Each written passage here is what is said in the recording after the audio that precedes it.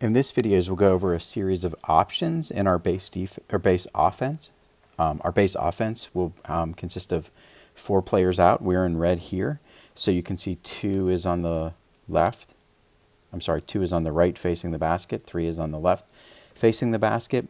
The 4 will be up high with the 1. So this is unusual, and then the 5 can occupy either side of the dunking zone or the area just outside the key near the basket.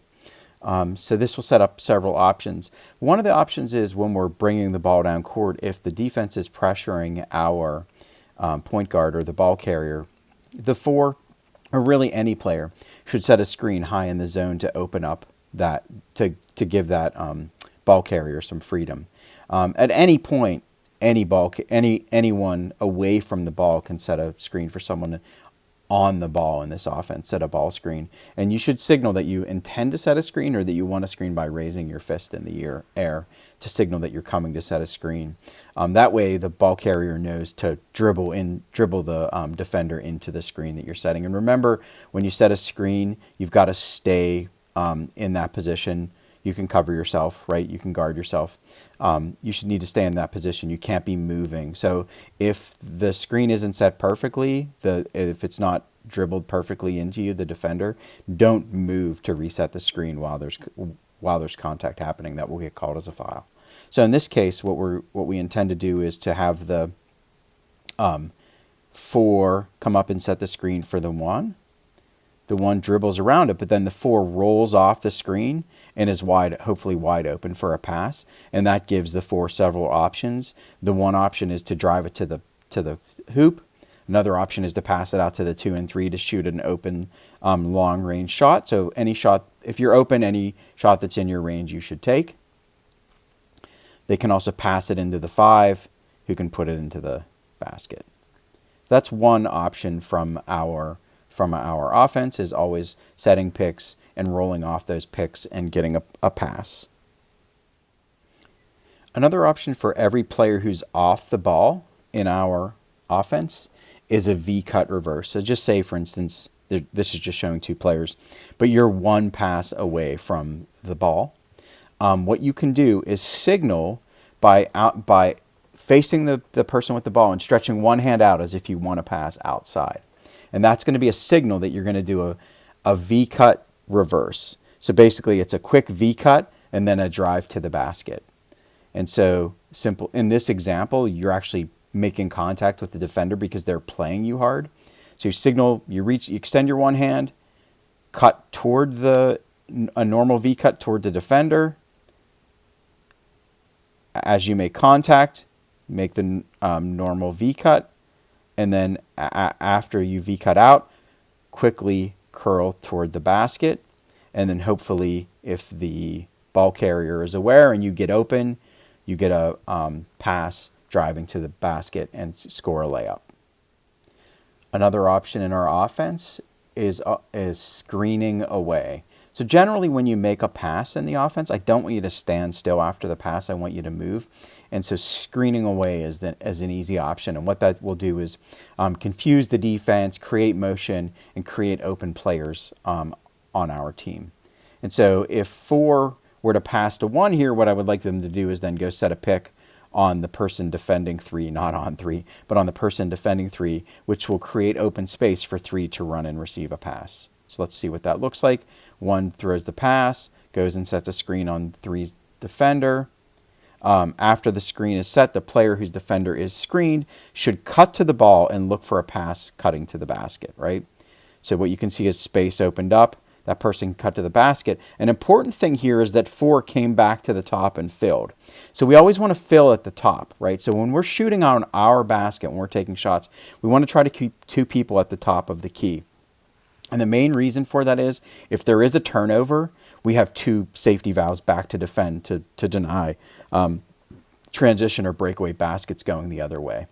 And so here you can see 3 finishes, 4 fills, and then the other important thing is that everyone rushes to the basket, 2, 3, and 5. So other than the 2 who filled at the top, everyone else sprints to to the basket to get the rebound. And the reason we're doing that is so we don't get boxed out, right? So when the shot goes up, the shooter follows their shot, and the 5 under the basket gets in position, and then the other person who isn't occupying one of the positions at the top of the key run to the basket, then we're much more likely to get rebounds.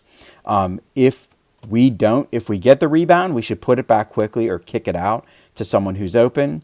If we lose possession, turn and run into our defense as quickly as possible. Okay, so let's get back to this position where the 3 has the ball, right? Another option is they can pass it back to the top of the key, right, to the 4, and go set a screen for the post player, or 5. So they'll come in, set a screen for the post player. The post player comes out to the wing. And all this does is create confusion for the defense. And then that creates the possibility that we could pass the ball down to 5, who could drive or make a pass, or could just pass it back up and set a pick, right? So there are all these options for screening away. So if you're up top and you screen away, pass it out and screen.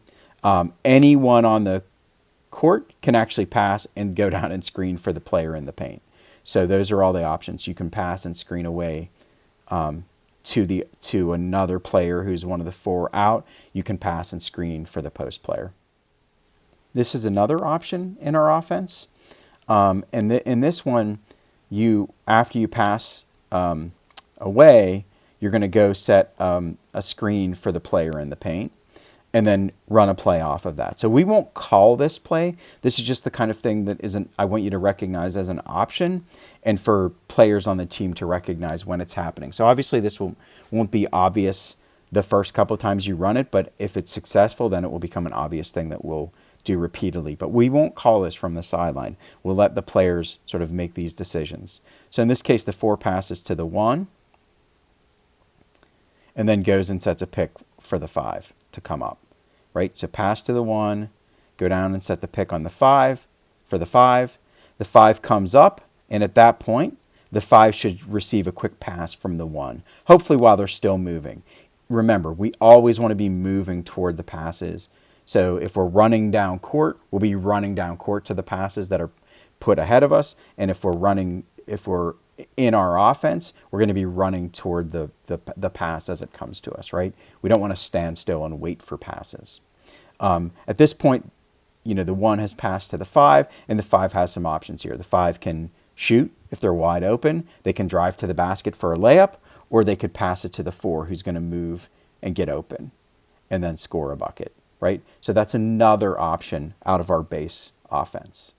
Yet another option out of our base offense is what I'm calling blitz. So we want to score most of our points in transition, but if we get set up in this offense, we want to be able to create some space to penetrate. We might be seeing zone or man defenses. We want to create movement that will confuse the defense. And so one of the things is blitz. And so the way that we're going to signal blitz is if you're the ball carrier and you want to do this play, dribble toward one of your teammates, right? And if you pass to that teammate while you're dribbling toward them, this is signaling that you're gonna attempt to run this play.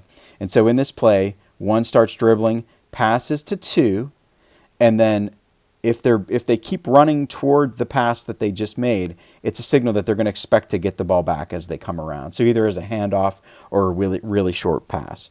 Ideally, what you would do is run really close to your player so that it can be a handoff that will be impossible to defend, and then